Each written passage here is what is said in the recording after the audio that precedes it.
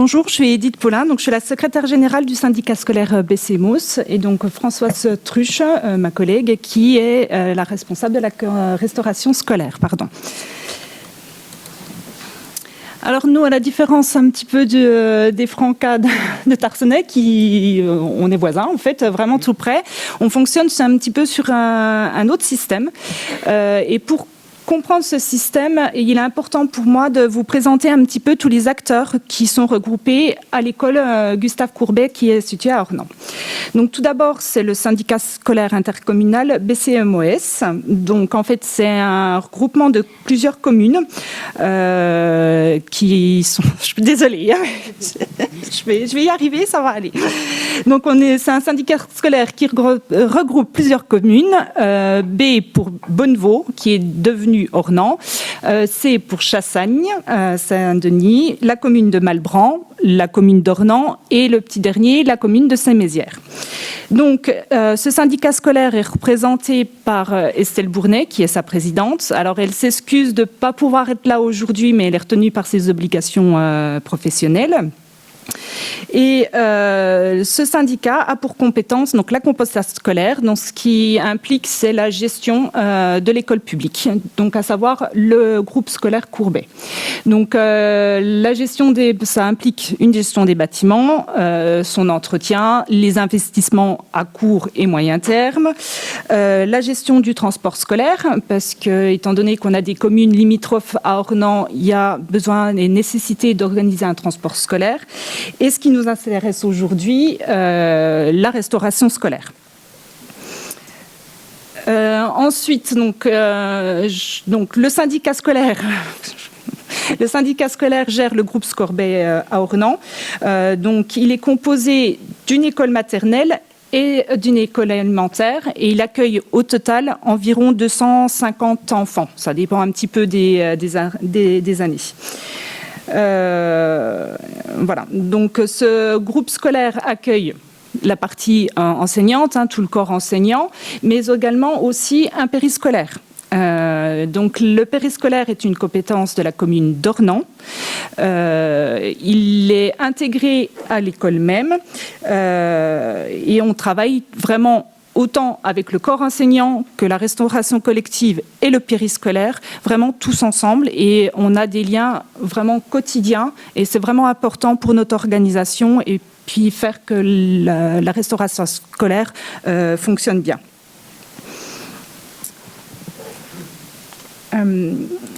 Donc le syndicat scolaire a toujours souhaité aider, a toujours souhaité aider dès sa construction, maintenir une restauration collective sur place au sein même de l'école. Ça a été dès le départ une volonté des élus.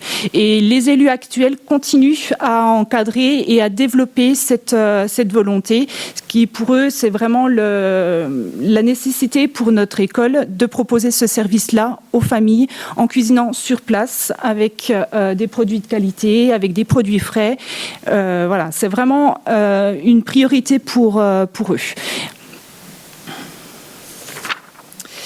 Donc, comme je vous l'ai dit, le groupe scolaire est composé, rassemble deux écoles. On travaille uniquement sur un même site, donc une école maternelle, une école élémentaire. On a des locaux propres à l'intérieur du groupe au périscolaire, donc tout est sur place, ainsi que la cuisine et la salle de restauration, tout est vraiment sur place. Le but, c'était, dès le départ, de faciliter la vie des enfants, faciliter la vie des enseignants et des agents pour proposer vraiment une école vraiment complète et éviter de gagner du temps sur le temps du midi pour que le temps du midi soit vraiment pour les enfants un moment agréable, qu'il n'y ait pas de transport, qu'il n'y ait pas de changement de lieu. C'est vraiment, on a vraiment tout pour faire fonctionner correctement la restauration scolaire sur place. Donc aujourd'hui, on accueille 170 enfants tous les jours depuis septembre.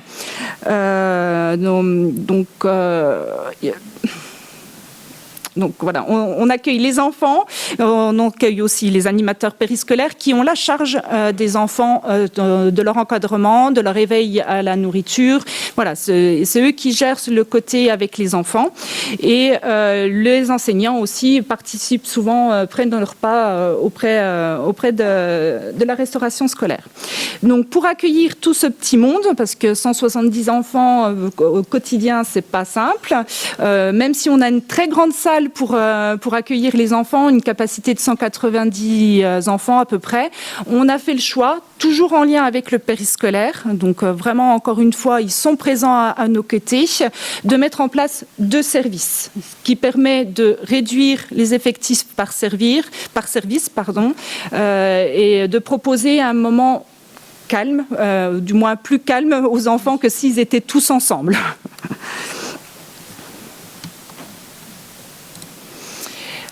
Donc aussi, donc voilà, on vous propose quelques photos de la cuisine parce que voilà, on a une cuisine vraiment spacieuse, adaptée et que le syndicat scolaire BCMOS maintient en état et n'hésite pas à réinvestir, acheter de nouveaux matériels et voilà, étant donné que l'école a 20 ans, commence déjà à renouveler aussi les matériaux existants.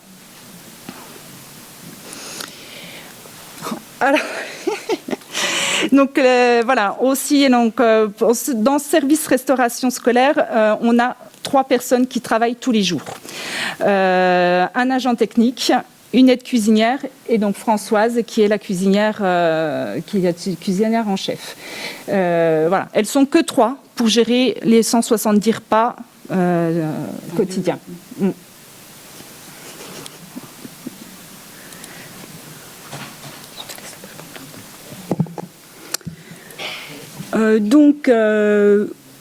On accueille, donc, comme Edith vous a dit, je ne sais pas si on m'entend, des enfants de 3 à 11 ans, les animateurs, les enseignants. Là, depuis la rentrée, on a 170 enfants tous les jours et le mercredi, une quarantaine de repas. Sachant que l'année passée, on avait 190 repas, dont une classe a fermé, donc on a baissé en effectif. Cuisiner sur place nous permet de connaître les goûts des enfants, aussi la quantité, les portions qu'ils mangent. Donc, on peut cuisiner au plus juste pour limiter les déchets, ce qui est important. Et voilà, et on arrive assez bien à le faire. Ça nous permet aussi de faire des repas à thème vus avec les enfants et le périscolaire. Je ne sais pas, style Halloween, les repas d'anniversaire, etc. Après, non, c'est toi qui parles des prix. Alors, l'avantage aussi de gérer nous-mêmes la restauration scolaire et de cuisiner sur place, du coup, c'est qu'on est maître du prix de vente aux familles. Et ça, c'est aussi une volonté du syndicat scolaire, c'est de conserver des prix attractifs aux familles pour que toutes les familles, quels que soient leurs moyens, puissent accéder à ce repas et qu'on ne laisse pas sur la route des enfants qui ont des moyens financiers plus faibles que d'autres et qui puissent avoir un repas de qualité au moins une fois par jour. Donc voilà, on maîtrise vraiment le prix de vente. Malgré les augmentations qu'on a tous connues les années précédentes et encore récemment, on a réussi à maintenir, donc c'est une volonté du syndicat scolaire, il a pris une partie à sa charge, de maintenir vraiment ces prix faibles. Pour exemple, là, depuis septembre, on est à 3,70 € le repas pour toutes les familles. Il n'y a pas de distinction par rapport aux quotients familiaux. C'est un choix qui est vraiment la volonté des élus. Donc ensuite, aussi, on travaille toujours en étroite collaboration avec le périscolaire sur les modalités d'inscription. On est relativement souple. C'est-à-dire que les familles ont le choix du mode de la fréquence d'inscription au restaurant. Ils peuvent venir tous les jours comme ponctuellement.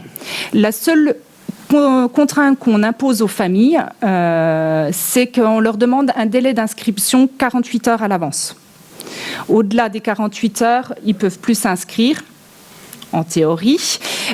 Nous, ça nous permet d'avoir en lien vraiment déjà un prévisionnel des repas au mois qui sont transmis par le périscolaire, qui permet à Françoise de commander, mais surtout aussi d'avoir des chiffres réels le jour J pour préparer, parce que là on n'est plus sur la commande, pour préparer réellement la quantité nécessaire et adaptée aux enfants en fait. Voilà, parce qu'en fonction des absences, il peut toujours un petit peu varier, mais là encore, on sait le nombre tous les jours de repas qui vont être là. Et les familles s'inscrivent sur le portail famille qui est mis en place par le périscolaire.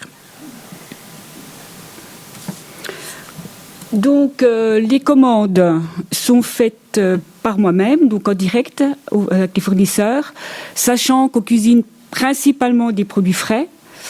Je commande une semaine à l'avant. Je peux être livrée une fois, voire 2 fois dans la semaine.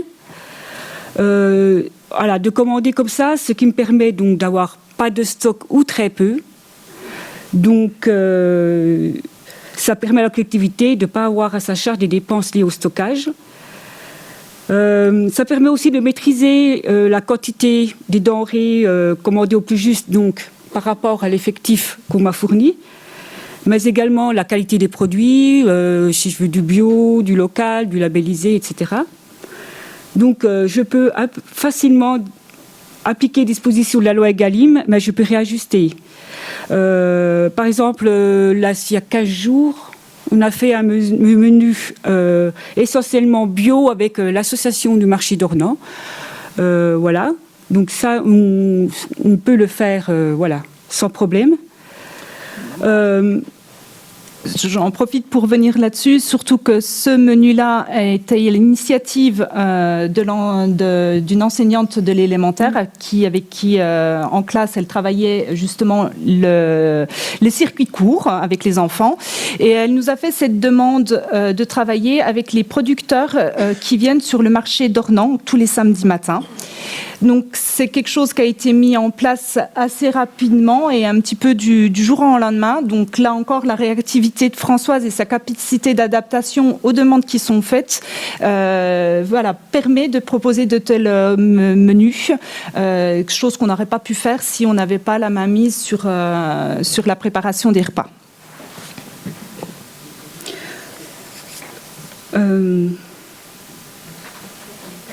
J'ai été. Oui, donc comme je travaille moi-même donc avec les fournisseurs, ça me permet aussi de les mettre en concurrence sur le prix d'un produit. Je peux demander le prix à plusieurs fournisseurs et m'adapter. Ensuite, ça me permet de suivre quotidiennement le coût de revient des repas, parce que bien sûr, j'ai un coût de revient à ne pas trop dépasser, on va dire. Donc, je peux réajuster facilement le coût de revient. Si, par exemple, il y a un jour, j'ai dépassé, le lendemain, je peux faire pour rattraper le menu qui a été plus élevé. Ensuite, je prépare des menus donc, sur 5 semaines. Donc ces menus sont faits sur 5 semaines.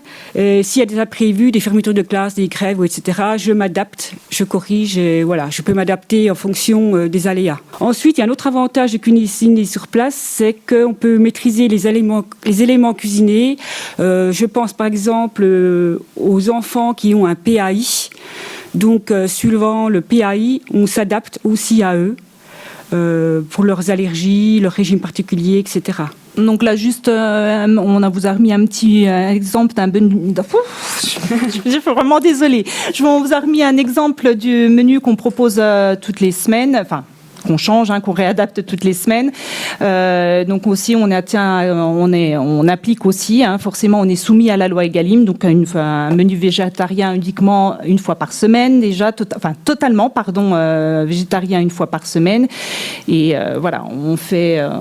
on communique avec les familles par le périscolaire via son portail, mais aussi en informant les familles sur un Facebook de l'association de parents d'élèves. Donc, celui-ci, on l'a abordé un petit peu du coup tout à l'heure. Hop. Donc, on en vient à la gestion des quantités.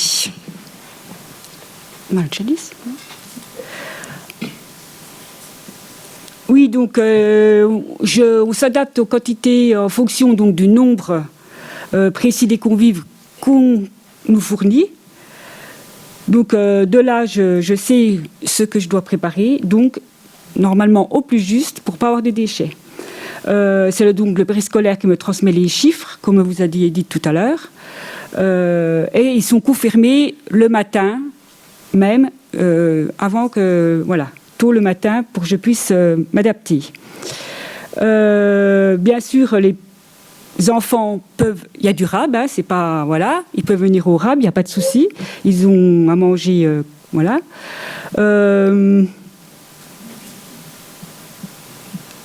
Et bien sûr, on accueille les enfants, par exemple, qui ont oublié de s'inscrire. On les accueille, on les accepte. On refuse personne à la cantine. Voilà, on est vraiment maître en fait des quantités préparées et des quantités qu'on propose aux enfants. Donc, ce qui nous permet vraiment d'être réactifs, voilà, auprès, parce que ça arrive encore fréquemment, des enfants qui ne sont pas inscrits. Donc, on ne laisse pas donc un enfant repartir sans manger. On est capable de réajuster, de proposer un repas à ces enfants-là. Et c'est vrai que bon, ça arrive régulièrement et ils sont quand même plusieurs à chaque fois. Donc ça, c'est vraiment ce qui plaît aussi aux élus du syndicat scolaire, c'est vraiment cette réactivité, cette maîtrise aussi des coûts qu'on a, parce que Françoise, en travaillant en flux tendu, quasiment, hein, elle a très très peu de stock, et ça permet de réaliser de belles économies quand même, et notamment aussi ça a un impact aussi sur notre gaspillage alimentaire, parce qu'on utilise vraiment tout en temps réel les éléments qui sont les aliments qui sont commandés. Donc, pour en venir au gaspillage alimentaire, nous aussi, peu de temps après vous, on a participé avec le cyber au système des pesées, en lien aussi avec Organiso. Donc, nous, ils sont venus aussi en octobre 2022 pour faire une première pesée et la deuxième pesée un an plus tard. Donc les enfants ont bien apprécié. On avait eu des très bons retours sur cette période. Et pour la petite info, que je la dis tout de suite, actuellement le périscolaire a décidé de relancer les pesées. Donc ils sont en train actuellement de refaire des petites pesées. Alors pas autant que c'était ni aussi encadré que ça l'était lors de notre participation, mais voilà, la volonté du périscolaire est toujours là. Donc, voilà, sur la première pesée en octobre 2022, on se rend compte qu'on était à 35 grammes par convive de gaspillage alimentaire. Par rapport aux 100 grammes qui nous ont été annoncés tout à l'heure, on se rend compte, voilà, on savait avant de faire ce système de pesée, que notre système, du moins l'organisation et la gestion de Françoise et de la cuisinière précédente était bonne, mais on n'arrivait pas à le quantifier. Donc là, en octobre 2022, on a vraiment eu une bonne surprise de voir ces chiffres-là. Et lors de la deuxième pesée, on a encore passé, je vois le temps qui s'écoule, on a encore fait mieux parce qu'on est arrivé à 16 grammes par convive. Donc, entre-temps, une année, on s'est réadapté, on a amélioré notre système et voilà, ils ont été bénéfiques puisqu'on arrive quand même à une diminution aussi de 50%, alors qu'on avait déjà un grammage vraiment très, très bon. Juste pour finir, je me dépêche. Voilà, ce qui a permis aussi et ce qui a été très satisfaisant pour le syndicat scolaire et qui, du coup, renforce sa volonté et qui n'en démorde pas, c'est qu'on se rend compte que notre maîtrise nous permet non seulement de maîtriser le gaspillage alimentaire, mais ce qui intéresse aussi le syndicat scolaire, on constate qu'on peut réaliser, qu'on est capable de réaliser des économies, puisqu'entre les deux pesées, entre la première et la deuxième pesée, on a quand même réalisé une économie de 8 000 €. Donc oui, la cantine, la restauration, la cuisine sur place, ça a un coût, forcément, mais on est capable de faire quand même des économies et de proposer des repas de qualité aux enfants. Merci pour cette présentation et félicitations pour ces résultats qui sont incroyables.